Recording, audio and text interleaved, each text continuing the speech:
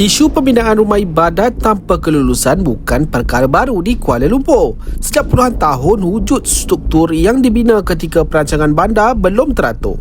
Namun hari ini, setiap pembangunan tanpa mengira latar belakang tertakluk kepada peraturan perancangan bandar, kelulusan teknikal dan pematuhan undang-undang pihak berkuasa tempatan. Aduan berkaitan perkara ini mempunyai saluran rasmi melalui Dewan Bandaraya Kuala Lumpur dan agensi berkaitan yang bertanggungjawab menjalankan siasatan penilaian, pematuhan serta tindakan penguatkuasaan mengikut peruntukan undang-undang. Dalam konteks itu, perhimpunan yang dirancang pada 7 Februari ini di hadapan Kompleks Sogo mencerminkan pendekatan konfrontasi terhadap isu teknikal yang sepatutnya ditangani melalui proses institusi. Hak berhimpun diiktiraf, tetapi ia perlu diimbangi dengan tanggungjawab awam.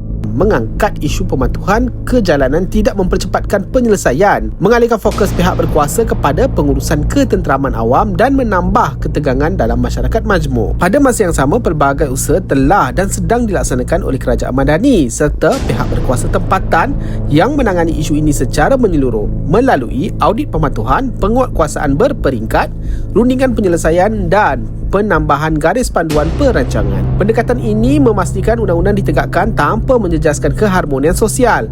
Kes-kes pemindahan terancang dan tindakan penguatkuasaan membuktikan tiada sesiapa kebal daripada undang-undang, namun penyelesaian dibuat dengan berhemah demi menjaga sensitiviti komuniti. Soalan yang wajar kita tanya ialah apa manfaat sebenar kepada masyarakat jika isu teknikal ini diangkat melalui perhimpunan provokatif? Adakah ia mempercepatkan tindakan atau sekadar mencipta ketegangan baru? Ruang dan idea yang lebih bijak ialah memperkukuhkan saluran rasmi, kemukakan aduan lengkap, tuntutan garis masa tindakan, pantau pelaksanaan dan desak ketulusan proses. Itulah jalan yang menghasilkan perubahan nyata tanpa membebankan orang awam. Keharmonian di wilayah persekutuan ialah aset bersama. Berikan ruang kepada pihak berkuasa menjalankan tanggungjawab mereka secara profesional. Kita pilih pendekatan yang menyelesaikan masalah, bukan menambahkan bising.